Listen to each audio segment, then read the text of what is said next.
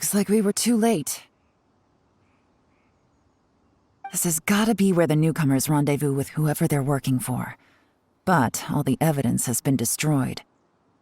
Look at these ashes. Someone was burning documents not long before we arrived. Could there be anything left? Maybe the wind could have blown the fire out before everything was finished burning. The odds of that are very slim. It's practically impossible. I've checked. All the paper's been burned. There's only ash left now. Why don't we wait for them back at the Black Cliff Forge? They've got to go back there sooner or later. We can't count on that.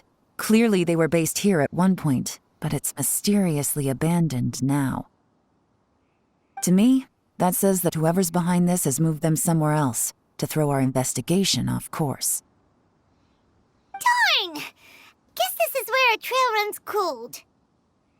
Make no mistake, the purpose of our trip wasn't to find any solid evidence.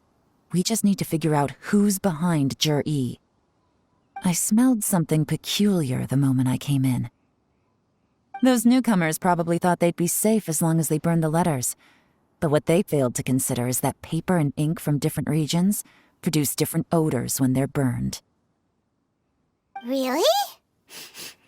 Paimon can't smell anything. Do you smell anything? There is a certain place with a freezing cold climate where there's nothing but ice as far as the eye can see. Some wealthy people there put floral fragrance in their ink as a way of injecting a little romance into their writing. When that fragrant ink is burned, this is the exact odor that it leaves behind. Exactly. The evidence will soon be blown away by the wind, so it's nothing we can arrest anyone with. But it's all I need. Now I know who we're dealing with.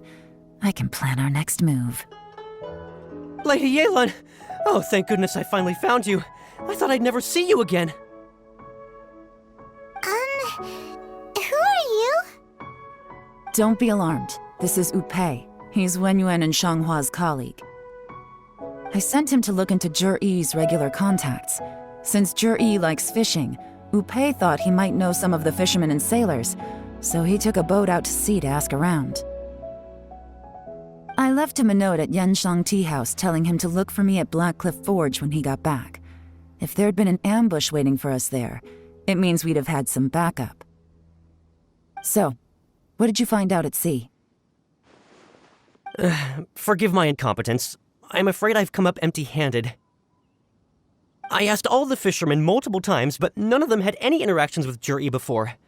Then the waves got so choppy I ended up falling overboard. Fortunately, someone managed to drag me out. When I got back, I heard that you'd gone to Black Cliff Forge and might need backup, so I went straight there as fast as I could. Didn't even stop to change my clothes. Well, Uncle Tian said that Jur-E once bought a recipe from one of the fishermen. Did you hear anything about that at all? What? That's news to me. No, that's not possible. It's absolutely not possible. Lady Yelan, I'm telling you, I spoke to every single fisherman out there, and none of them mentioned anything about a recipe. Interesting. Then I wonder how that even more wonderful fish soup came about. Fish soup? What fish soup?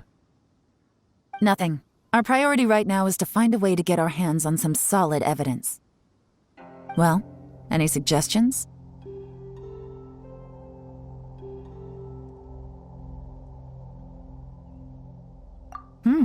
Not a bad idea.